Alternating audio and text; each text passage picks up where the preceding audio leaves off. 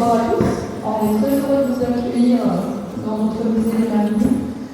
L'honneur aujourd'hui de Monsieur Douzet, le Fort Musée, son dernier livre. Voilà, donc on ne peut pas vous embêter plus longtemps. Je suis très contente que vous soyez là. Et puis, je vous passe le micro.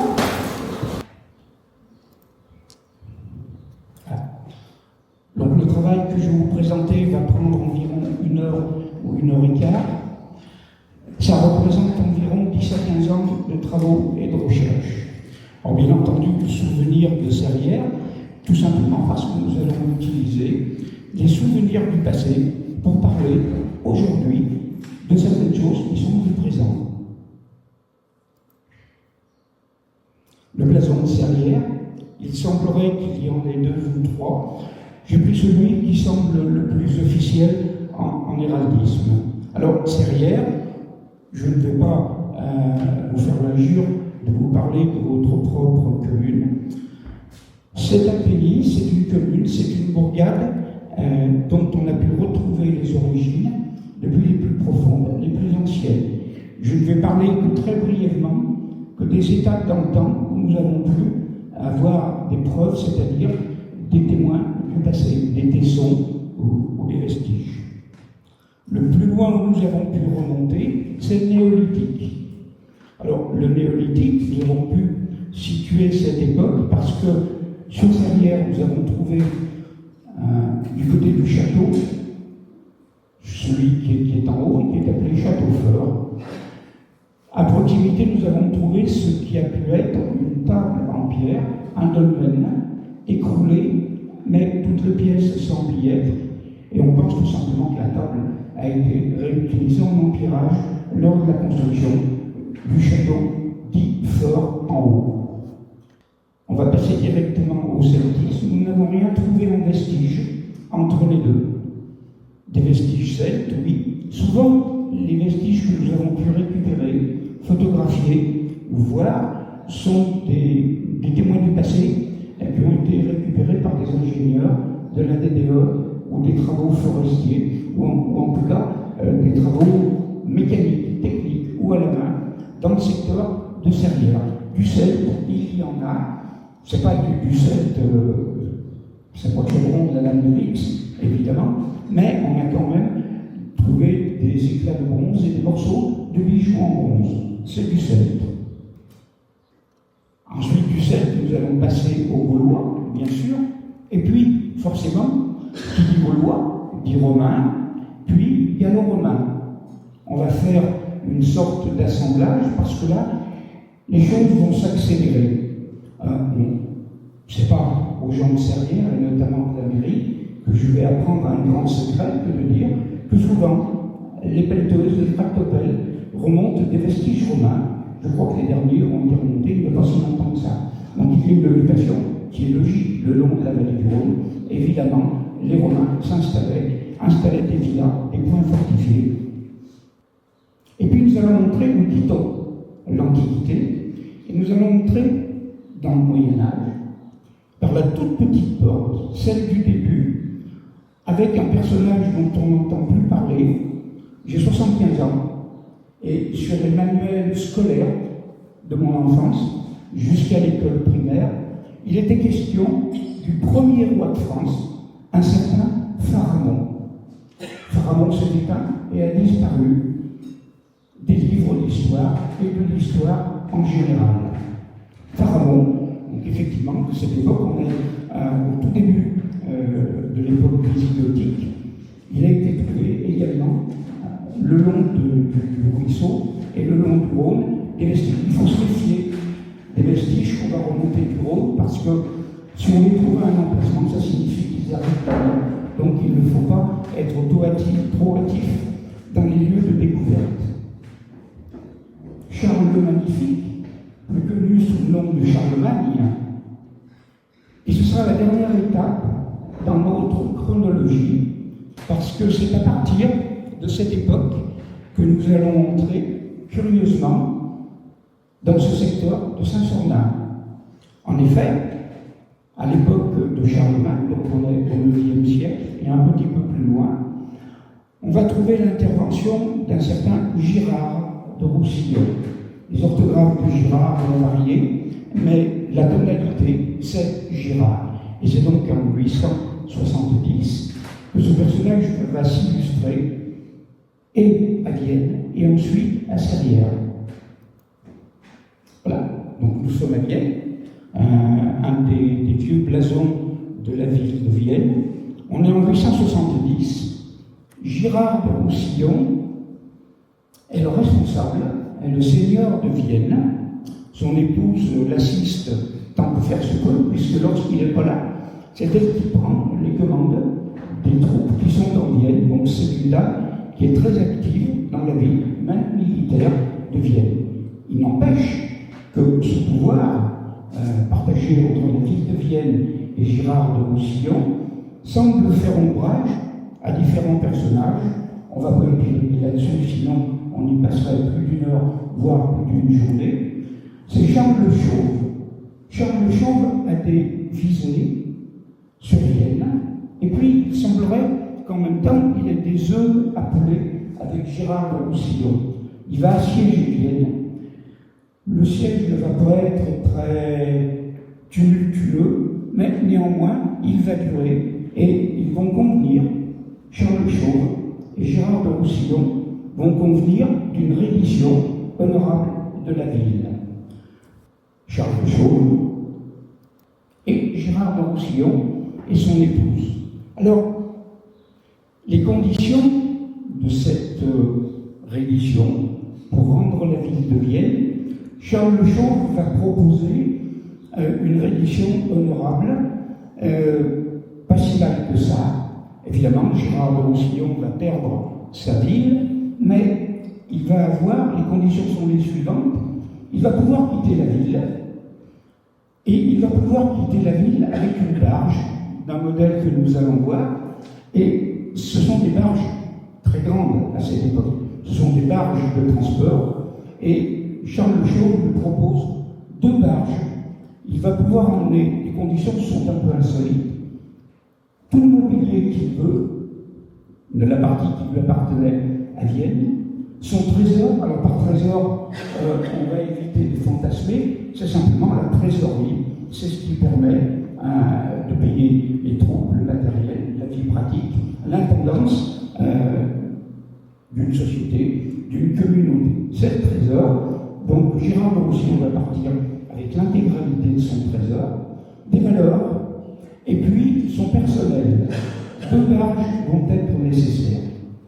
Et il va être prié de quitter la ville le 24 décembre. Alors il va embarquer.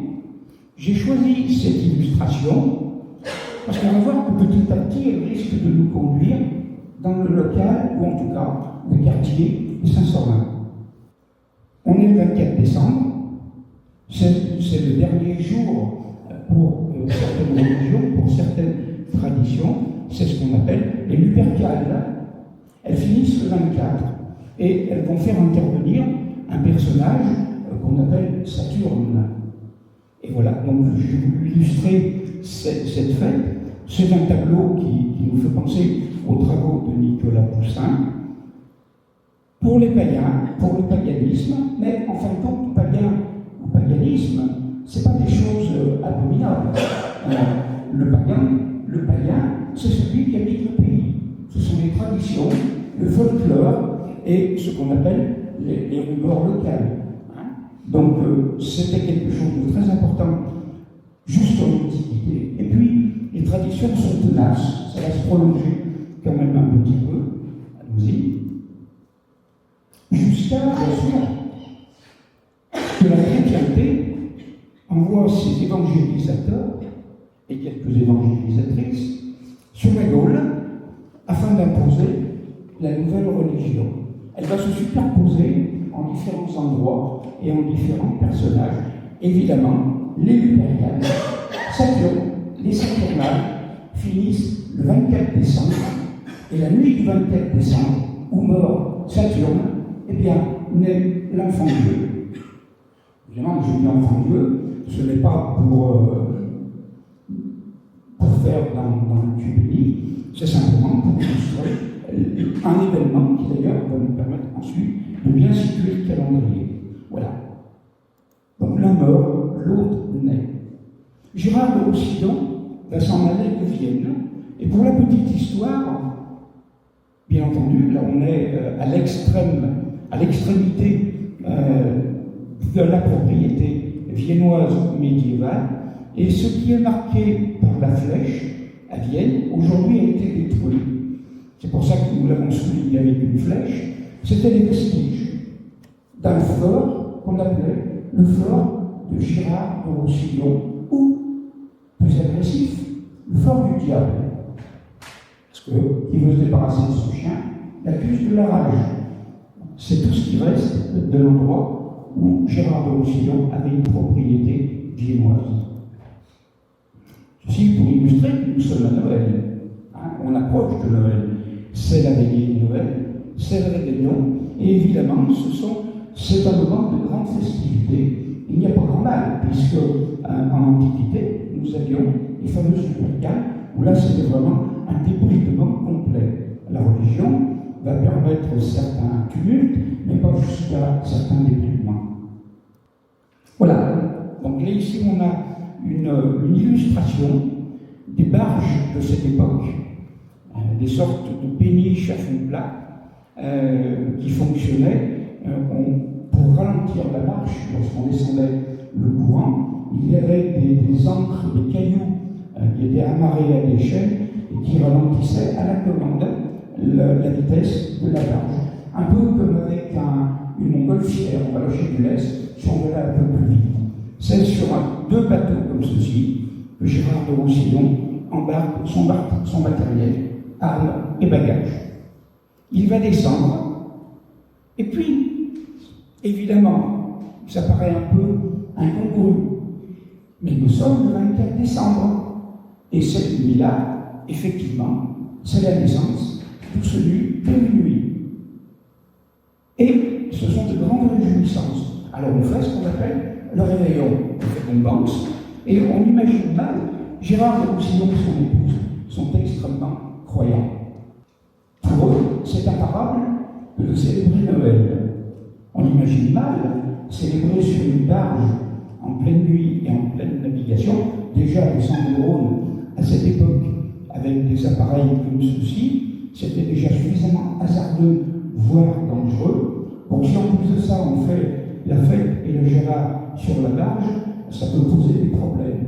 Manger chaud, faire la fête, et puis il ne faut pas oublier que le bonhomme Noël va faire sa distribution, et nous l'avons surpris là, dans une machine à photographier le passé, en train d'essayer d'apporter des présents sur les barges de Gérard de Roussillon.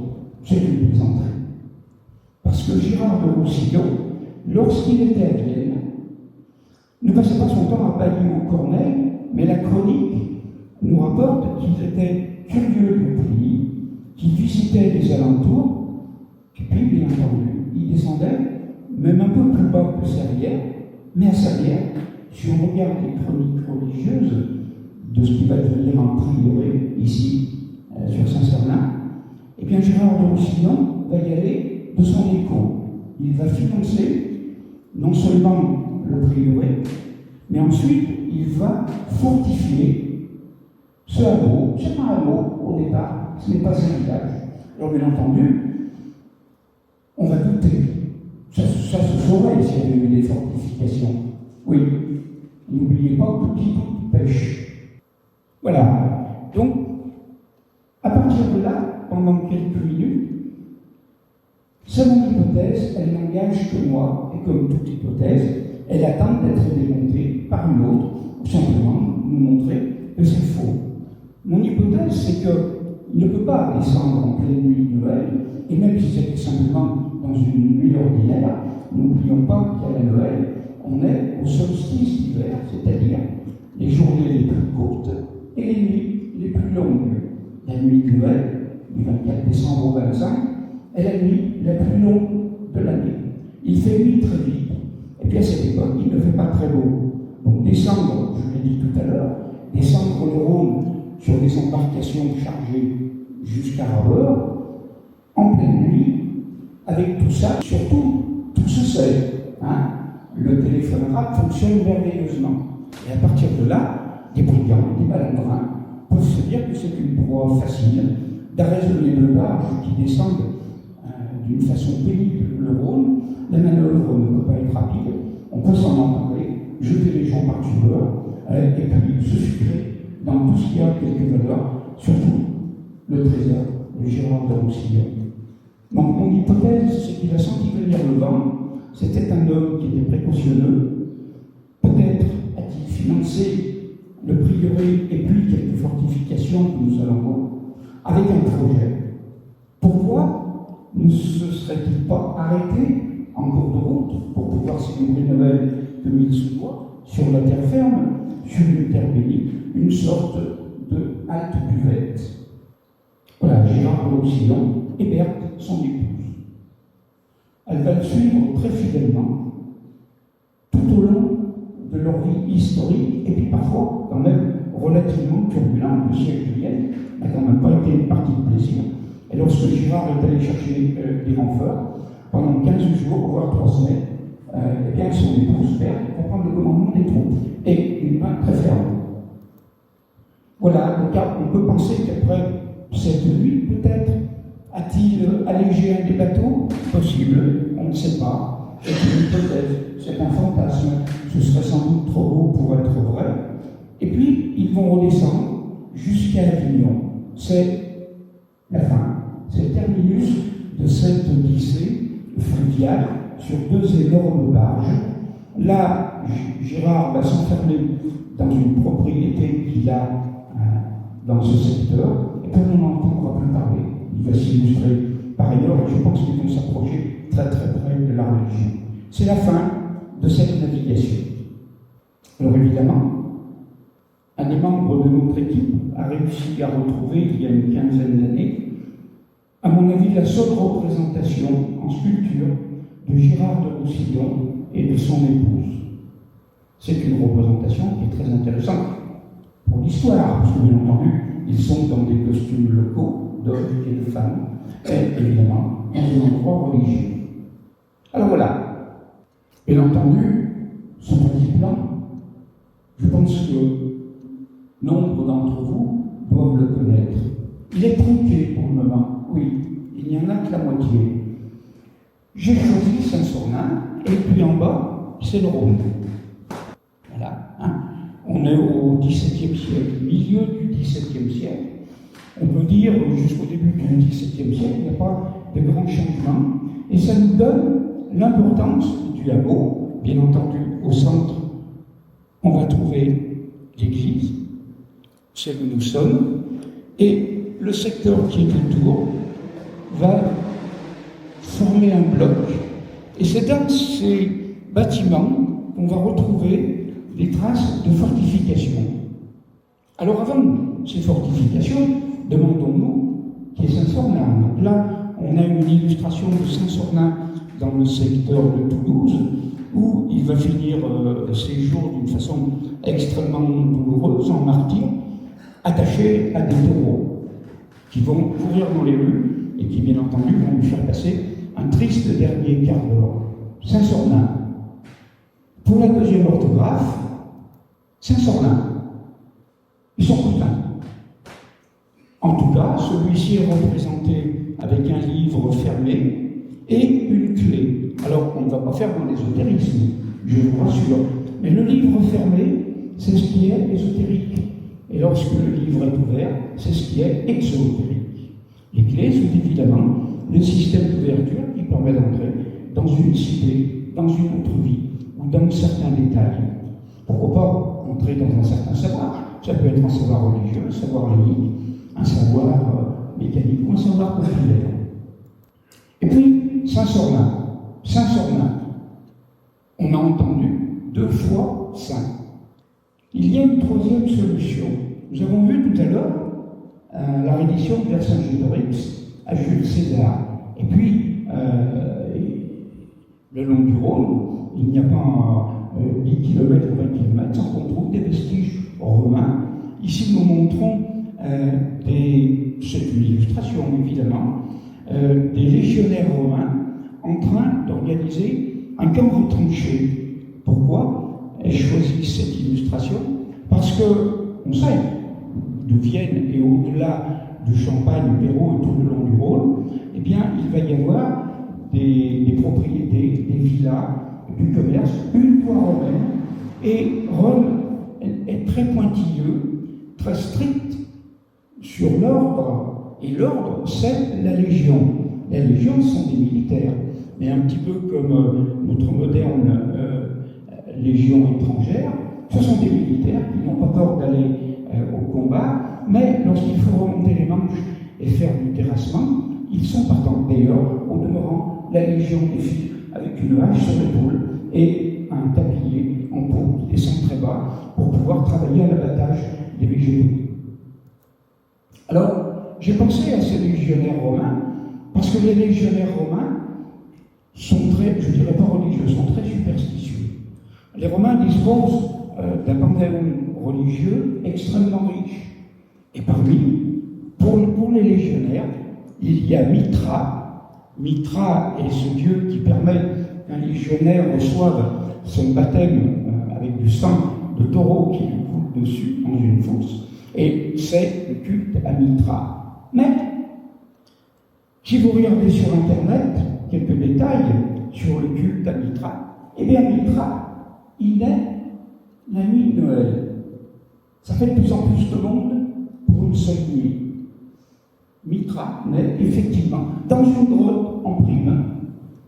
Et il dit « Je suis le soleil, je suis la vie ». Quelqu'un d'autre dira bien beaucoup plus tard. Quoi qu'il en soit, ce culte a longtemps tenu tête au christianisme. Quoi qu'il en soit, également, ce sont les légionnaires romains qui vont charrier avec eux ce culte guerrier, puisqu'il était extrêmement misogyne et réservé qu'aux guerriers, aux hommes. Mesdames, vous auriez, vous, une autre initiation différente, mais pas avec le culte mitraïque. Alors ensuite, à côté de Mithra, eh bien, nous avons ce dieu Saturne. Ce dieu Saturne, lui aussi, a un événement, la nuit de Noël. Vous verrez, vous aurez la sensation qu'on s'éloigne de l'église de Saint-Cernin, et vous allez voir, nous nous en éloignons peut-être, mais pour y revenir beaucoup plus vite et beaucoup plus près. Voilà, Saturne est représenté ici. Il va fêter les Lupercales, et le 24 décembre, pour lui, la fête est finie. Alors, c'est un dieu qui est lié à l'agriculture, évidemment. Le solstice d'hiver marque de l'automne. On va rentrer en hiver après. Donc, l'agriculture, les végétaux vont s'endormir. Et on voit Saturne avec une sorte de serpe. C'est un dieu romain, païen, qui est très lié à l'agriculture et aux végétaux. Et donc, on va retrouver, les légionnaires romains vont transporter le culte à Mithra à la même vitesse et à la même importance que le culte à Saturne. Alors, un détail, cette nuit de Noël, du 24 décembre, lorsque Saturne s'endort, il ne dort pas. Il s'endort. Il s'endort et les statues vont être entourées de bandelettes, comme une momie, jusqu'à l'heure d'après. En fin de compte, Saturne va s'éteindre un petit peu, provisoirement. Il va y avoir sans doute réincarnation, et il va s'éteindre entouré de bandelettes. Il va rentrer dans cette sorte de léthargie. C'est pas la mort, oui, c'est une forme de léthargie. Une momie. Je pense que ceux qui ont visité les combles de cette église voient le clin d'œil qu'on peut y voir. Mais évidemment, depuis le début, tous les traits d'union, tous les liens que j'ai pu souligner sont le fruit du hasard. On va s'apercevoir que le hasard, dans cette histoire, est extrêmement bon garçon et nous a à la bonne. Et puis, si Saturne meurt entouré de bandelettes, n'oublions pas que s'il meurt sur cette dernière nuit, le 24 décembre, eh bien, dans la même nuit, un enfant va naître, peut-être comme on l'a dans plusieurs représentations, langées, bandées, comme une sorte de petite momie aussi. Bien entendu, ce n'est que le plus pur des hasards. Ceux qui connaissent encore les combles de cette église ont compris où je voulais en venir avec la photo précédente. Voilà, hein. Donc là, on a également une représentation de ce fameux Dieu avec un bœuf. Ce bœuf, qui est le cousin inoffensif du taureau. Le taureau, c'est une autre histoire. Hein. C'est un animal qui est très vif. On va le retrouver dans le supplice de Mitra. On va le retrouver également à Toulouse. Et ça va se suivre tout doucement. Les légionnaires qui ont leur baptême à base de sang de taureau qui leur coule dessus au fond d'une fosse pendant le rituel.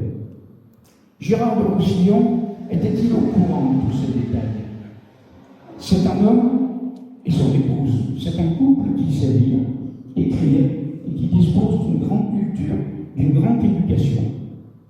Je pense que ce serait faire injure à leur mémoire que de penser qu'ils n'avaient pas une connaissance de tous ces détails. La naissance de cet enfant, cette nuit-là, cette nuit où ils sont obligés de déménager en vitesse et de s'arrêter pour éviter la navigation de nuit, ici, à Saint-Sornin, forcément, ils devaient connaître l'histoire de Noël. Et puis, ici, j'ai voulu représenter une image de la confrérie de Saint-Saturnin. Rebelote, encore un bœuf. Saint-Saturnin, on approche de la phonétique de ce lieu, de ce quartier. Allons plus loin. Saturne, qui là vient de terminer son périple, il va être emmailloté et il va s'endormir. On le voit avec sa peau, la végétation s'éteint en même temps que lui, et elle va renaître ensuite en même temps que lui. Rebelote pour cet enfant nouveau-né, avec d'un côté, on pense sa maman, pour nous, à notre gauche, et à droite, un Saint-Joseph avec une coiffure étrange, frigide. Ça marque peut-être la signature du peintre. Ce sont, pour ceux qui les connaissent, les fresques qui sont en haut, dans un endroit qu'on ne visite pas. Voilà. Donc ce plan, je pense que pas mal d'entre vous doivent le connaître. On va reconnaître le petit hameau, le petit bourg de Saint-Sornin. Et puis, nous avons à côté le grand village, le bourg de Serrières. On est milieu du XVIIe siècle. Je le répète, je pense que rien n'a beaucoup changé du XVIe siècle à ce siècle-là. Par contre, on va noter qu'il y a une séparation, mais ce ne sont pas deux communes différentes. Il y a un hameau, et de l'autre côté, c'est une bourgade, avec ce qu'on pourrait appeler son bourgmestre, son maire. Et on dit ruine du château. Et en dessous, quand on a ce plan sous les yeux, c'est écrit fort. Ce sont les ruines du château fort. Et c'est vrai qu'on pense, de prime abord, allons-y, si on a une image de cet endroit, voilà, Serrières, vous reconnaissez tous. Et puis bien entendu, je ne vous apprends rien en vous disant que la sommité qui est là représente ce château. Et on pense tous que le château fort est là. Ben oui, parce qu'il y a des ruines. C'est un point surélevé. Mais attention, le fait qu'il soit surélevé, nous allons le voir, va poser un problème. En tout cas, il est vrai qu'il y a des ruines, que l'emplacement a été fortifié. Une autre vue, là on voit sous un autre angle, on voit la sommité, ici. En fin de compte, on pourrait penser à un éperon barré. C'est d'ailleurs là qu'on a trouvé un des deux foyers, un des deux ateliers du néolithique, une vingtaine d'éclats de silex. Mais ça montre quand même que sur ce plateau, l'homme du néolithique y avait installé un atelier où on est tranquille sur les hauteurs, et puis l'air est plus sain. Voilà. Et donc, ce château a pris le nom, parce qu'on pense que c'est le seul château dont Serrières disposait. C'est déjà bien, un château comme ceci. On va s'apercevoir que c'est une surface qui est extrêmement réduite. Et puis elle va poser des problèmes, cette surface. Un château, c'est fait pour un retranchement. On va en faire un endroit fortifié, capable de soutenir un siège. Mais ce sont des hommes, et parfois des femmes, qui tiennent le siège. Ce sont des guerriers. Et pour tenir, évidemment, il faut des armes. Mais si on veut tenir des armes correctement, il faut manger. On peut rentrer des provisions. Et l'être humain peut rester facilement 8 à 10 jours à continuer à batailler, c'est-à-dire à participer à la bataille, sans manger, ou très peu. Mais voilà, au bout de 2 jours, il y a d'énormes problèmes biologiques. On ne peut pas aller très loin sans boire et en s'activant comme un diable dans un bénitier sur un rempart ou à défendre des murs. Ça ne tient pas. Alors à partir de là, on va vous proposer une vue aérienne du point sommital. Ça dure à peine 1 minute. Allons-y. Pour des chicots de mur, effectivement, c'est un point fort. Alors bien entendu, on nous dit qu'il y avait beaucoup plus de pierres, elles ont été basculées, on les faisait rouler et on les récupérait pour les constructions qui sont contrebas. Oui, mais il n'empêche que le point sommital n'est pas grand du tout. Et on est loin d'imaginer une forteresse redoutable. Elle est sans doute redoutable. Mais on va s'apercevoir que sur le côté, notamment à gauche, c'est ce qu'on va appeler une touffe sèche. Ensuite, les prises de vue ont été faites avec un drone professionnel. Nous aurons 2 autres petites séquences ensuite, parce que ça nous permet d'avoir une vue intéressante, une vue d'en haut. On a à peu près 1h30 de prise de vue qui ont été faites par un appareil professionnel et qui était équipé pour faire de l'infrarouge. Pourquoi de l'infrarouge? Parce que ce qui nous intéressait, les touffes sèches, par définition, il n'y a pas beaucoup d'eau. Ensuite, le point étant surélevé, il est impossible que de l'eau puisse monter. La force d'attraction terrestre fait que l'eau descend toujours. Si on veut la faire monter, il faut la monter mécaniquement ou avec ses muscles. Donc il n'y a pas d'eau en haut pour défendre le point fort. C'est déjà plus difficile. Ensuite, si le point est difficile à défendre, il n'empêche qu'il faut boire. À l'infrarouge, s'il y avait eu une citerne, on l'aurait vu. Il n'y a pas de citerne. Alors elle est où l'eau? Alors on va penser à un puits. Les vues infrarouges vont nous montrer qu'il n'y a pas de puits. Donc très peu d'eau en haut sur ce château dit fort. On peut estimer que tout au plus 10, 15, 20 hommes au grand maximum pouvaient tenir en défense sur ce château. Ça ne tient pas bien la route jusque-là. Toujours pas d'eau, mais des habitants. Et puis des actes de propriété, bien sûr. Alors on va avoir les bêche-toiles d'Annonay qui vont s'intéresser à ce qui est en haut. Et puis surtout, les derniers, les Soubise.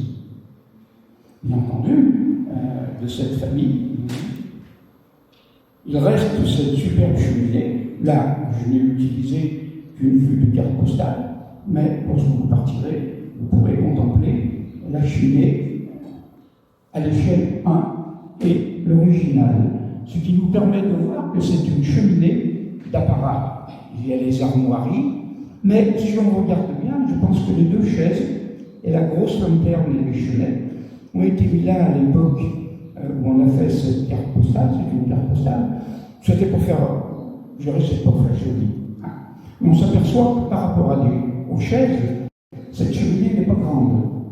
On ne va pas chauffer toute une grande salle d'un château avec une cheminée comme celle-ci. Apparat ou pas apparat, armoirie, blason ou pas. Toujours est-il que ce sont les familles de Soubise.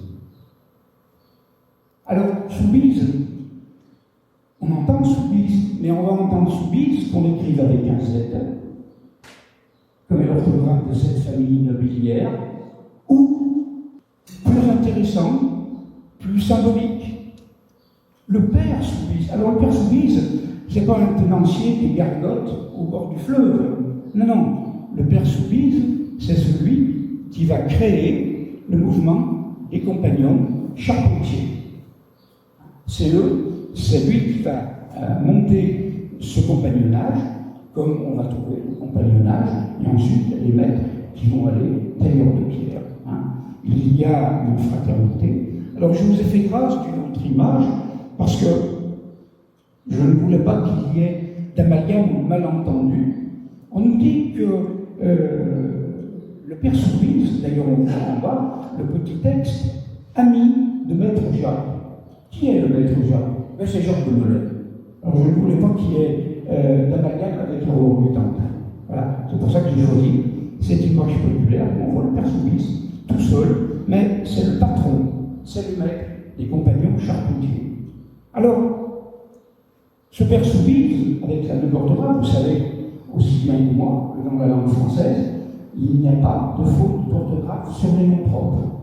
Soubise Z, Soubise S, c'est Soubise au final. Mais Soubise nobiliaire, c'est une chose. Le père Soubise, c'en est une autre. Alors suivons cette toponymie. Compagnons, charpentiers, ils vont devenir des maîtres dans l'art de la charpente, mais aussi ils vont être maîtres à une époque de la marine en bois. Et ils vont être artistes en la matière. Vous comprenez peut-être où je veux en venir.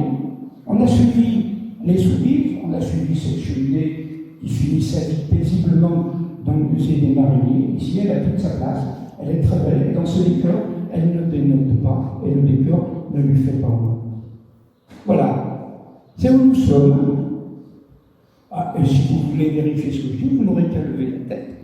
Vous allez apercevoir cette superbe charpente au-dessus de nous. Et on nous dit que les compagnons charpentiers qui se sont attaqués à ce travail d'art ont créé une charpente en coque de vaisseau renversé. Un vaisseau, c'est une nef.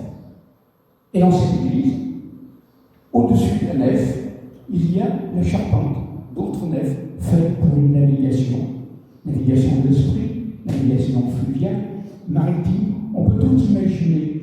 Encore une fois, vous allez me dire, c'est un hasard. Mais oui, je suis entièrement d'accord avec vous.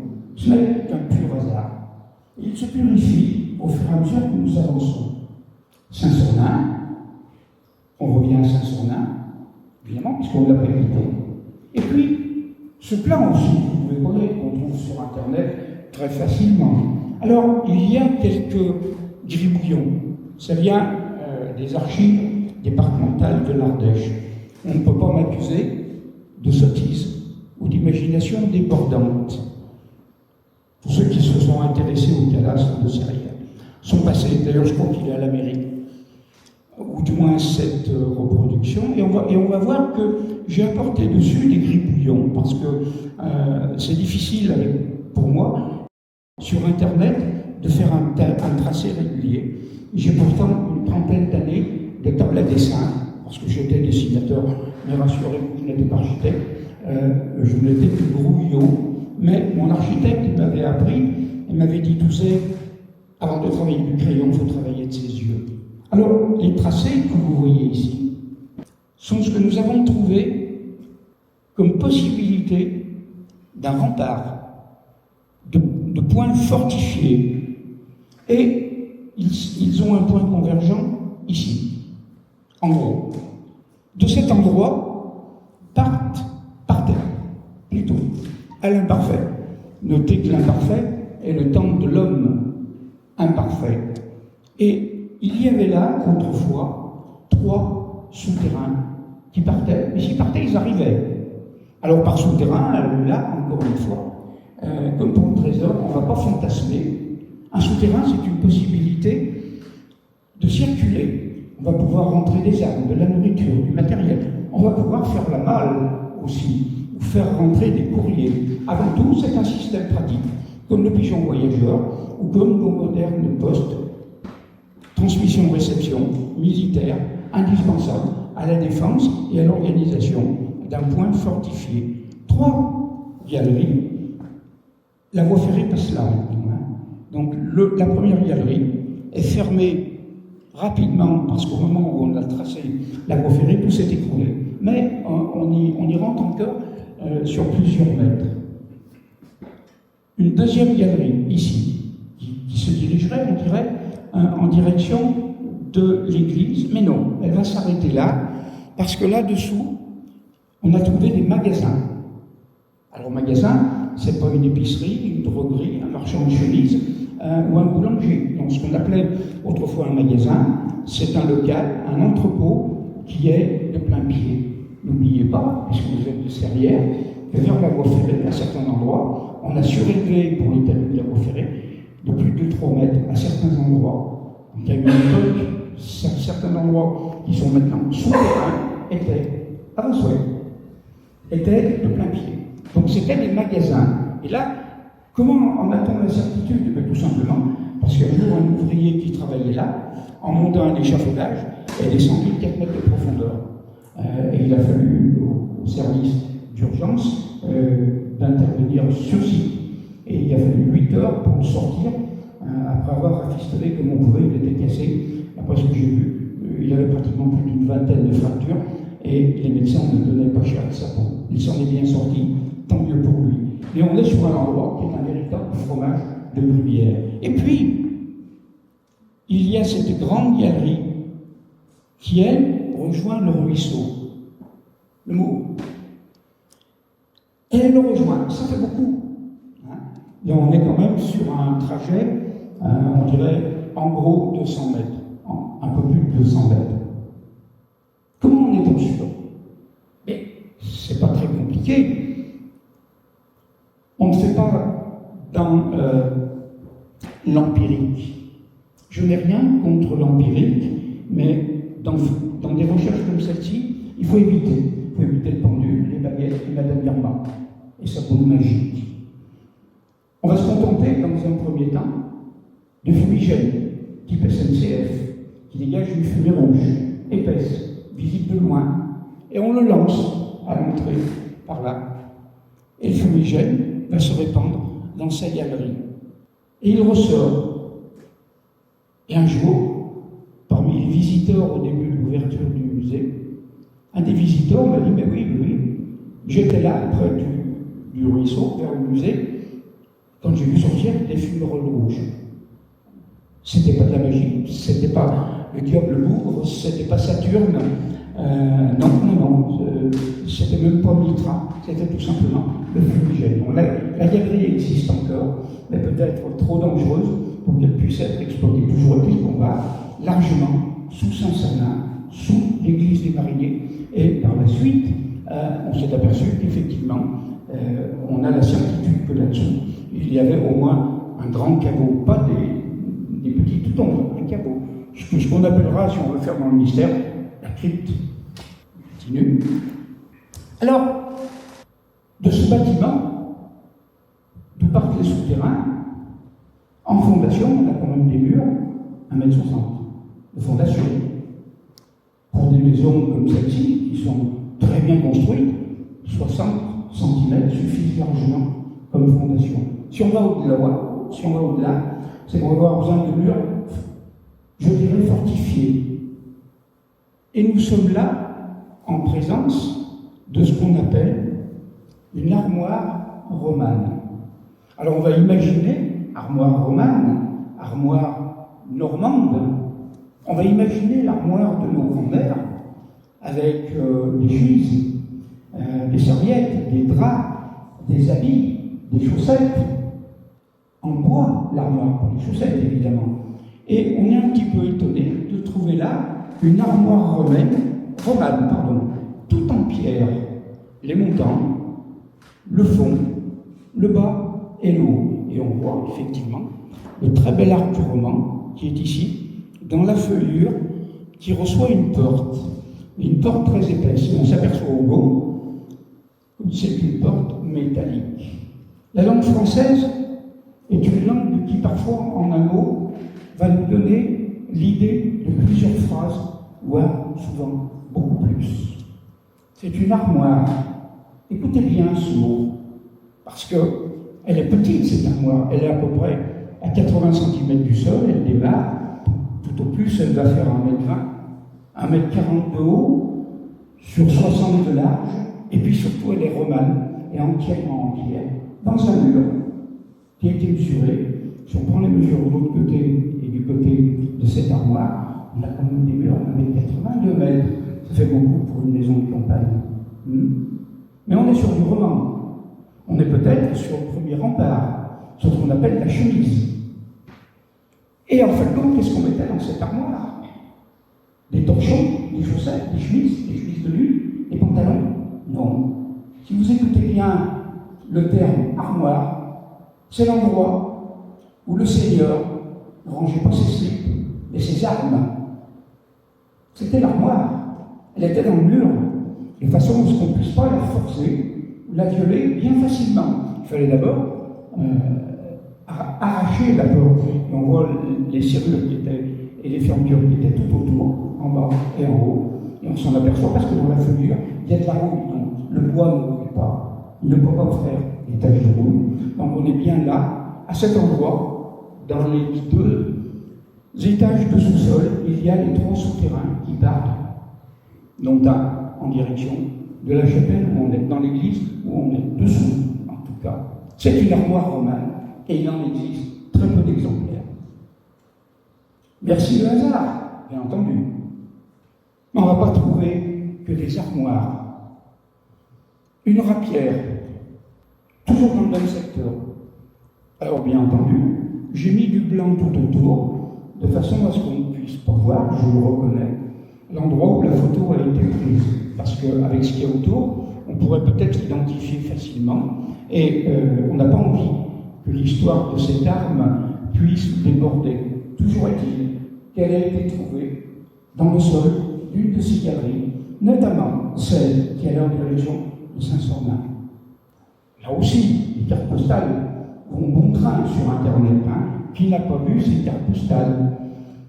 On va retenir la légende, c'est-à-dire l'explication de cette carte postale, qui pour moi est quelque chose d'intéressant dans la mémoire. Quartier du Ruisseau et ancienne église de Saint-Sornin. Quartier du Ruisseau. Et oui, c'est le Mour, c'est de l'eau, et le bourg. Eh bien, on nous dit la chronique, mais la chronique va plus loin. Les archéologues arrivent à la rescousse. On nous dit, pas loin de Serrières, à l'époque où il y a une énorme querelle, où on va se mentionner à Poitiers, et évidemment, l'un des 2 partis va perdre, et c'est la grande débandade. Ils vont se répandre dans le pays complètement désorganisé pour faire bonne mesure au fur et à mesure qu'ils se replient. Eh bien, ma foi, on va saccager, on va brûler, on va voler, on va violer aussi, il faut bien s'amuser un petit peu dans la débat. On va s'amuser sainement. D'ailleurs, il n'y a pas que. On fait pareil des 2 côtés. Mais simplement que la mémoire de ces hommes qui se sont retranchés ou qui se sont arrêtés en cours de route, le Mour vient du mot, vous l'avez deviné, Maure, M-A-U-R-E. Alors, beaucoup plus haut, effectivement, il a été trouvé pas mal de vestiges cassés. Il n'y avait vraiment rien digne d'un grand musée, mais on est quand même sur des morceaux d'armes qui ont été damasquinés, comme ces gens-là aimaient les faire, de très beaux morceaux de métal, des poteries, et évidemment, ils se sont arrêtés près de ce ruisseau, parce qu'une armée en débandade, c'est pareil, il faut boire, et on ne pense pas à l'alcool. Il faut boire parce qu'il faut de l'eau, aux chevaux, aux guerriers, et puis il faut soigner, il faut laver, il faut penser les blessés qu'on ramène, il faut beaucoup d'eau, et on a l'emplacement, à 10 ou 20 mètres près, du camp des morts, au-dessus de Serrières. Mais ça, vous le saviez, je pense. Alors Serrières, c'est une vue générale aussi qui est très connue, avec ce pont qui n'existe plus, mais surtout j'ai voulu l'illustrer parce qu'il y a le Rhône. Alors, Peut-être jusque-là, vous allez dire, oh, Doucet est un fantaisiste. Il a l'esprit sulfureux, il imagine vite, il dérape vite. Madame la Présidente de notre musée vous dira que sans elle, en effet, parfois, je dérape un peu vite. Oui, on peut douter de Doucet, mais peut-être pas dans notre personnage. Continuons. Alors ce puits, il n'existe plus pas loin du musée, et puis vous l'aurez reconnu. Sans être péjoratif, c'est celle que vous appelez tous la Louise. Hein? Son esprit remplit le musée qui est là. Et voilà avec son parapluie, à côté d'un puits qui n'existe plus. Et dans ce puits, il y avait une galerie au fond. Pas loin de là. Voilà, ce sont des photographies. C'est pas moi qui les ai faites. Parce que mon état, à mon âge, on ne va plus faire de la raptation, ni de la spéléologie dans des endroits comme ça. Nous sommes sous le secteur de Saint-Sornin. Rassurez-vous, dans les prochains exposés qu'on fera, on vous parlera d'un gruyère pareil, mais sous serrière. Il n'y aura pas de gel, il y aura du fromage pour tout le monde. Mais quand même avec un détail, là, voilà, regardez, retenez ce détail, on va y revenir tout à l'heure. Et vous pourrez vérifier de l'intérieur également. C'est simplement l'église de Saint-Cernin du en haut. Oui, ce détail nous a intrigués. Vous allez voir pourquoi. C'est la petite chapelle qui est ici, que vous aurez reconnue, évidemment. Une chapelle aussi étroite, ça ne colle pas avec une chapelle. D'ailleurs, les chapelles qui sont ici, sur ce plan d'église, sont rectangulaires. Elles sont à angle. Elles ne sont pas semi-circulaires au bout. C'est la seule. Alors évidemment, de l'intérieur, vous pourrez la regarder avant de partir, et puis vous irez vérifier dehors, vous irez voir cette chapelle de l'autre côté. Allons-y. Voilà. Si on regarde bien, bien entendu, elle est circulaire. Il ne manquerait plus qu'elle soit carrée à l'extérieur. Il ne nous resterait plus qu'à faire une petite étude sur la quadrature du cercle. C'est pas moi qui la ferai avec mon certificat d'études. Tout simplement, c'est ce qu'on a vu d'en haut. On voit très bien sur les vues aériennes, il y a cette partie semi-circulaire en toiture, la descente du bâtiment et un glacis. C'est une tour. Parce que si on mesure l'épaisseur de ce mur à cet endroit, il est plus épais qu'ailleurs. C'est ce qui reste de l'enceinte du premier château. Et en fin de compte, la chapelle, il devait y avoir, comme dans toutes les enceintes militaires ou communales, il y a toujours un lieu de culte. Que ce soit une église, une chapelle, ou parfois un simple oratoire. D'ailleurs, ce manque va s'accentuer lorsque tout à l'heure on était au château fort au-dessus de Serrières. Il ne reste aucune note sur l'emplacement de la chapelle. Ça ne vient pas. Peut-être un oratoire pour le Seigneur, mais à ce moment-là, on aurait le souvenir hagiographique du patron ou de la patronne de cet endroit religieux. Rien du tout, parce qu'il n'y en a pas. Il y a l'infrarouge, et en survol du site, il n'y a aucun endroit qui pourrait avoir servi de chapelle pour le haut. Ici, on est peut-être, probablement, sur la partie religieuse, l'oratoire, la chapelle, peut-être une toute petite église de garnison, et avec la chemise extérieure. Voilà. On continue. Alors on en a une autre ici, de partie arrondie. Ça fait quand même 2 morceaux arrondis pour un endroit où il n'y a pas de partie arrondie. Et il ne faut pas dire que c'est pour que les charrettes puissent passer facilement. Faux. Si vous regardez bien du dessus sur le cadastre, les charrettes n'ont aucun problème pour passer.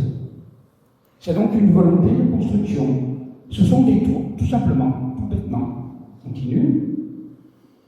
Alors là, on est sur le secteur, que certains reconnaissent peut-être, d'où partent les 3 souterrains, où il y a l'armoire. Mais l'armoire n'est pas réservée aux tout venants. Ce n'est pas un soldat qui a une armoire, c'est le seigneur. Mais surtout, dans ce secteur, il y a les magasins. C'est là qu'un jour, quelqu'un est passé à travers, et grave.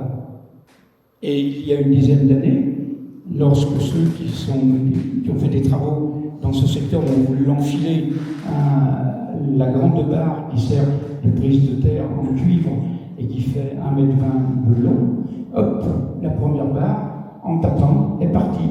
Ils ne l'ont jamais retrouvée. Il a fallu faire l'endroit où il fallait enfoncer la prise de terre ailleurs. Donc on est sur un endroit qui est un véritable gruyère, encore une fois. Alors évidemment, cette prise de vue, pourquoi? Eh bien parce que, je l'ai dit tout à l'heure, une garnison, ce sont des hommes. Et les hommes, ça ne se nourrit pas à l'eau claire. Hein, ils ont peut-être de l'amour, mais de l'eau claire, ce n'est pas suffisant pour aller monter sur un créneau et défendre un lieu. L'aliment le plus courant, parce qu'il est facile à fabriquer, à stocker, à faire, c'est le pain. Donc on a cet endroit, on va le voir, prochaine vue, le four banal, qui était dans une cave, tout en briques. C'est le four banal, tout simplement, le très vieux four. Et alors à l'intérieur, un homme comme moi, donc pas très grand, 1,60 m, 1,65 m, tient plus que largement à l'intérieur de la cloche. Et alors, si on estime, on pouvait cuire, là, en une fournée, environ 60 miches de gros pain. C'est-à-dire un gros pain, c'était ce qu'on donnait pour 4 hommes. En temps de guerre. On continue. L'eau. Alors, je vous l'ai dit, on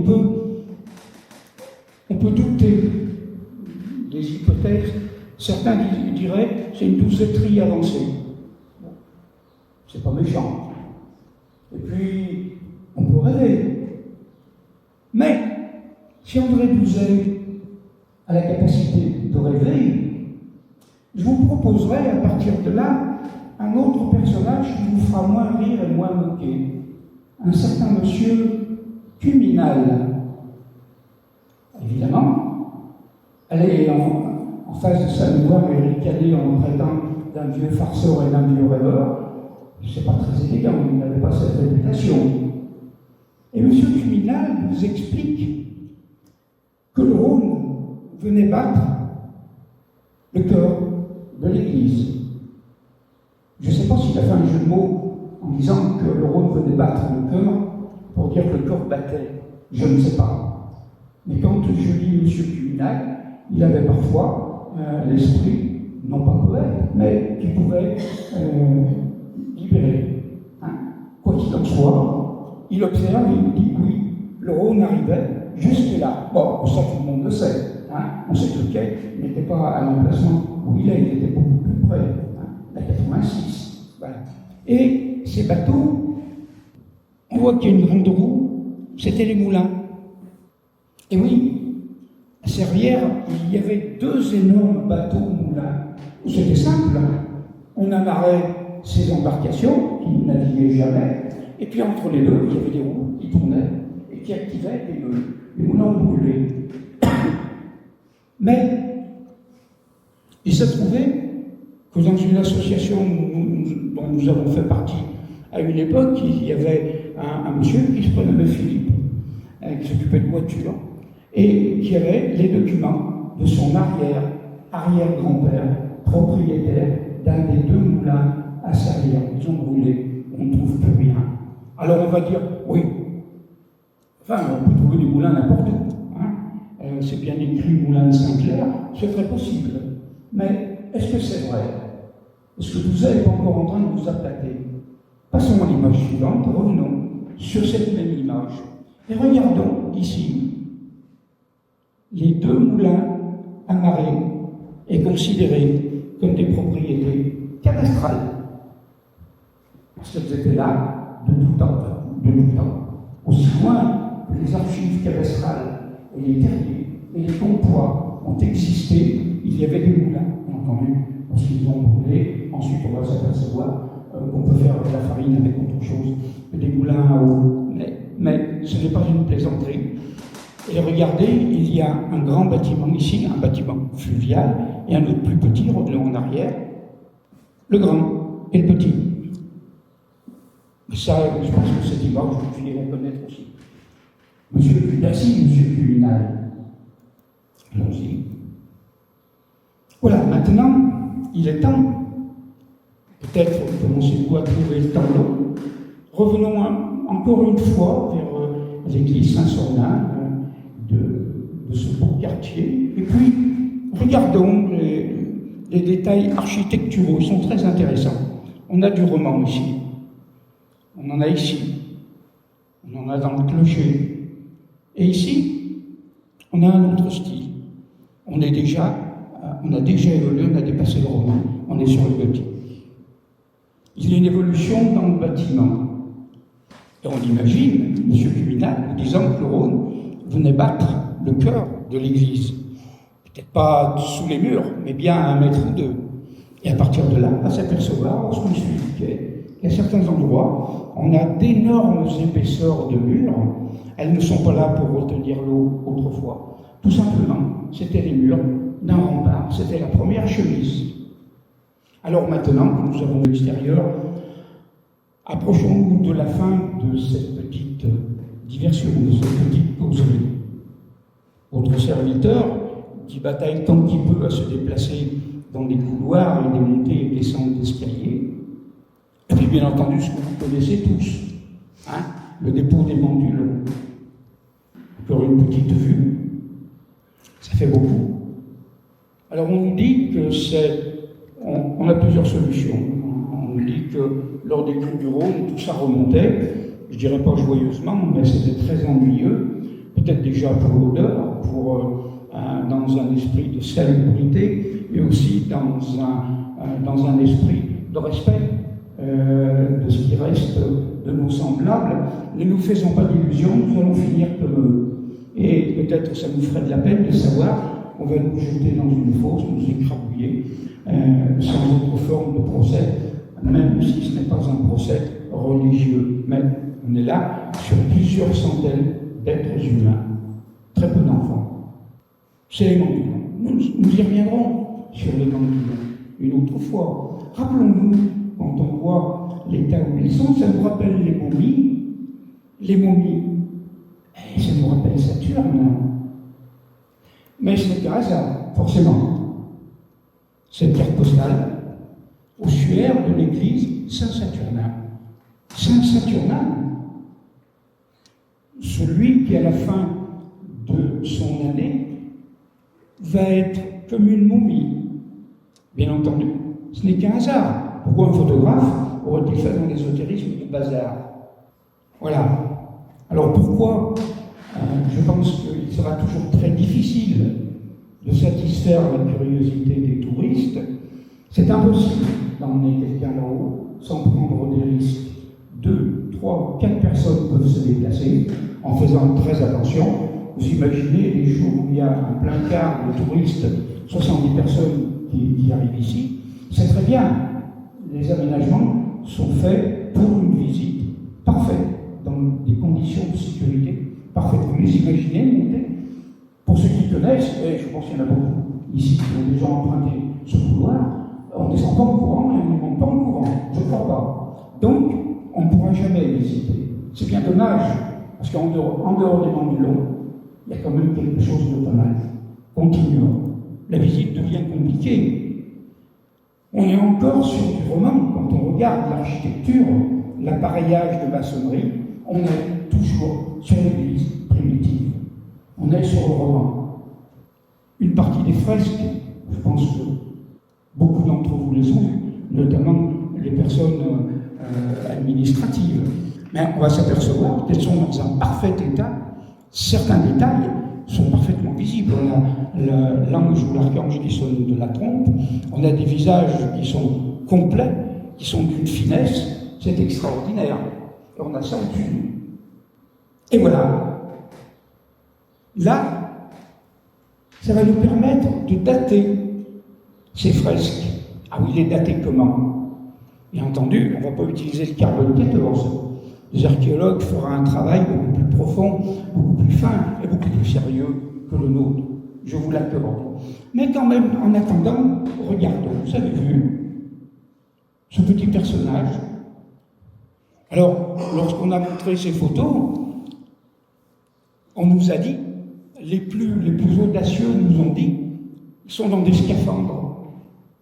Et on a même eu le droit, forcément, c'était couru aux extraterrestres, bien entendu. Tout le monde sait que les soucoupes volantes atterrissaient sur le quai du Rhône, bien entendu. Il y avait un garage à soucoupe volante qui sera remplacé par un garage à vélo. Mais bon, chacun se déplace avec les outils. Il peut soucoupe volante ou vélo. Non, restons sérieux.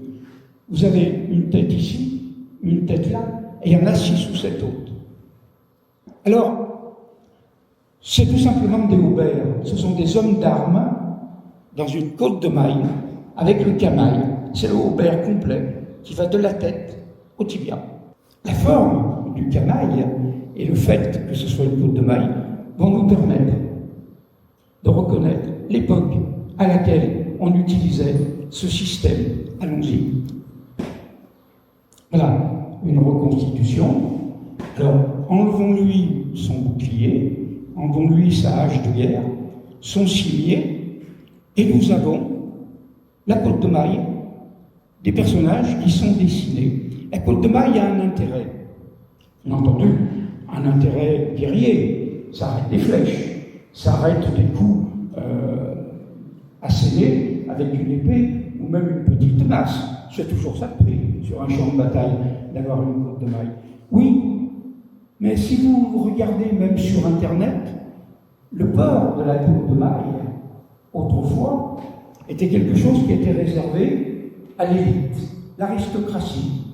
Et seul le roi pouvait donner l'autorisation à un aristocrate, à un noble, d'avoir une côte de maille. C'était le droit de la côte de maille, et on la sortait pour aller dans les combats royaux, jamais ailleurs. Donc cette côte de maille s'adressait à des personnages qui blasonnaient, qui étaient avec des armoiries, c'était des nobles.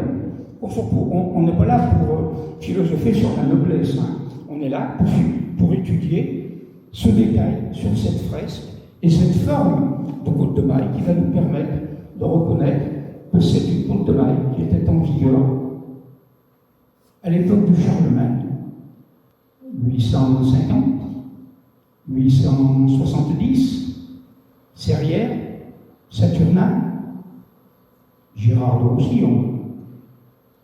Je ne dis pas que c'est Girard de Roussillon qui est représenté, mais à la hauteur où sont ces peintures, on va y revenir, allons-y. Vous voyez qu'elles sont quand même dans un état de conservation, pour certaines, qui est plus que remarquable. Quand même, elles ont bien voyagé, 1200 ans pour arriver dans cet état. Rassurez-vous, j'en ferai pas autant.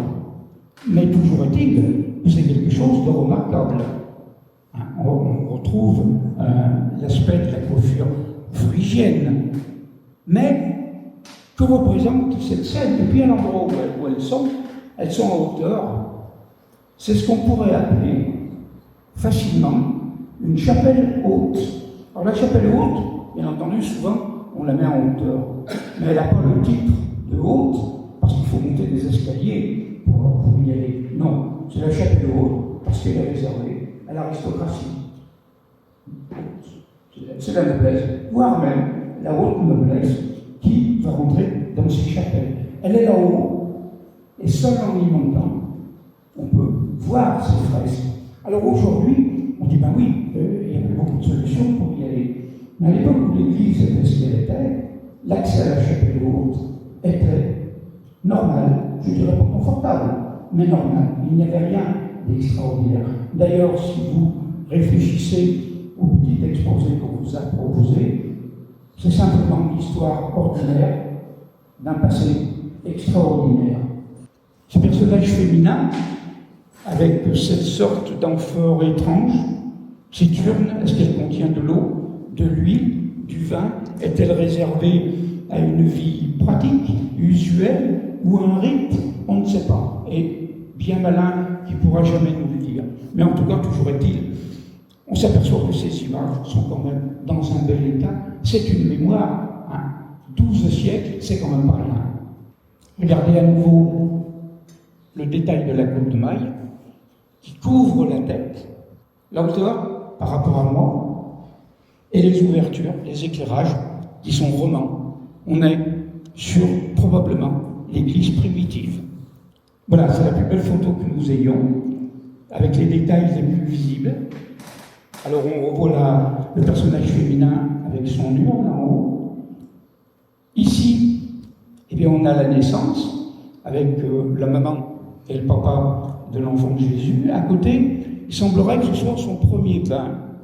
Et puis à côté, encore ici, si on regarde les détails, mais on réutilisera, on va réétudier ces détails dans un de nos prochains petits ouvrages sur le sujet, parce que ce sont les rois mages qui s'en vont.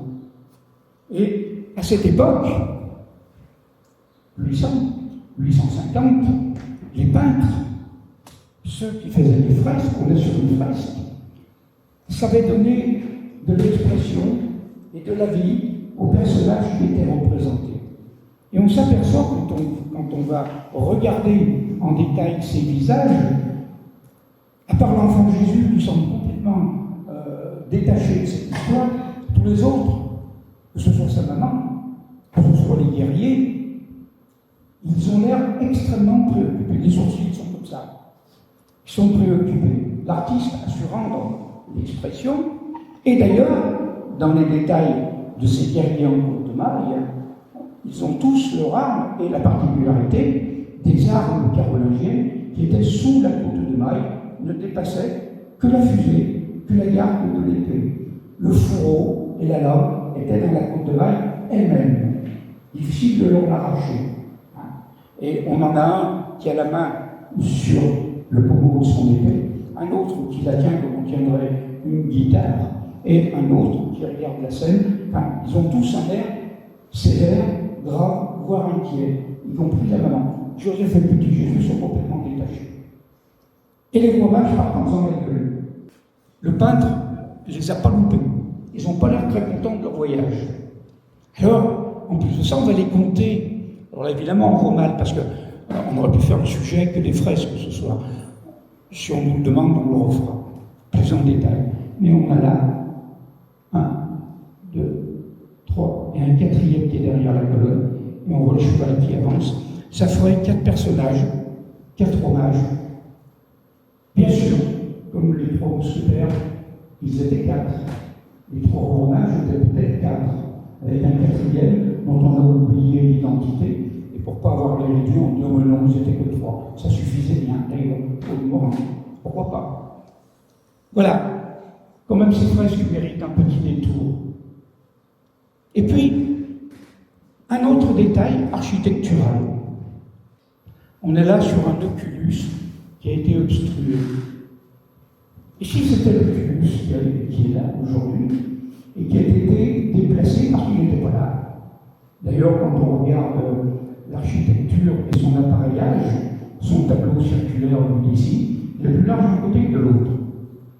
Quand même, les constructeurs romans n'auraient pas fait une bombe pareille. Quand on est capable de construire un aussi bel édifice, on est capable de centrer l'oculus. C'est mon avis. Et il n'engage que moi. Vous pouvez en sourire. On va continuer un petit peu. C'est une carte postale que grâce au bidouillage de l'ordinateur, j'ai passé en noir et blanc. Parce que nous allons quand même redonner la parole à M. Cuminal. Parce que là, M. Cuminal, tant que c'est moi qui parle, on peut dire, ouais, pousse toujours. M. Cuminal, c'est une autre histoire. C'était pas un farceur. Et alors il nous dit, en parlant de la chapelle, qu'il y avait une tour de défense crénelée et qui faisait de cette église une église fortifiée. Et oui, on a déjà vu la première tour, on a vu la seconde. Maintenant, et oui, elle est où cette tour? Eh bien, elle est partie. On l'a cassée. Elle n'y est plus. Ah, elle n'y est plus. Et si on regarde bien, je vais vous montrer quelque chose. On va au moins trouver l'endroit où elle était. Le clocheton, ici, est très récent. Quand je dis très récent, ça peut être un siècle, mais c'est récent par rapport à l'édifice. Et on voit le rajout ici. Hein. Et puis on voit que c'est quand même beaucoup plus léger, c'est moins épais que l'épaisseur du mur. On n'est plus sur du roman. On est sur un rajout, mais partons de là, enlevons le petit clocheton, et nous avons là une ligne de pierre qui délimite quelque chose qui a existé. On a rempilé dessus. Comme à l'armée, on a repris 5 ans ou 7 ans, on a rempilé. Mais on ne va pas rempiler jusqu'au bout. Ici, on va monter. On voit bien la différence de maçonnerie, d'appareillage entre là et là. La tour défense créée était là. Si on lit bien M. Cuminal, avec ce qu'il nous dit sur le soleil levant, le soleil couchant, eh bien c'est là, cette partie fortifiée, cette seconde partie fortifiée, qui n'a rien d'extraordinaire, si on considère que ce qui est devenu une chapelle latérale était autrefois une tour de défense circulaire. C'est M. Cuminal, donc là c'est beaucoup plus difficile de douter de ce qu'il dit que de ce que je dis moi-même, n'est-ce pas? Voilà, on approche de la fin. Voilà cette dernière vue de Serrières. Évidemment, j'ai décalé la vue pour qu'on puisse avoir une vue d'ensemble avec le Bas-Catrail, le château en face de Sablon. Voilà, il est temps maintenant que je remercie ceux qui nous ont permis ce travail. Avant tout, je voudrais remercier les personnes qui m'ont aidé. Monsieur Chêne pour les images et l'usage de son drone scientifique.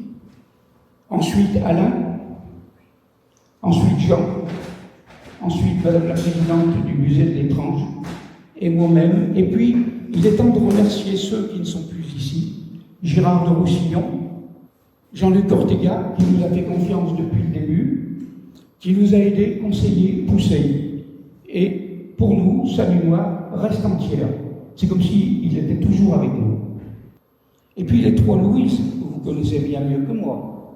Mais finir un travail provisoire sur l'ancienne église de Saint-Sornin, ce musée des mariniers, sans parler de ces 3 Louises, serait une véritable injure et on ne peut pas.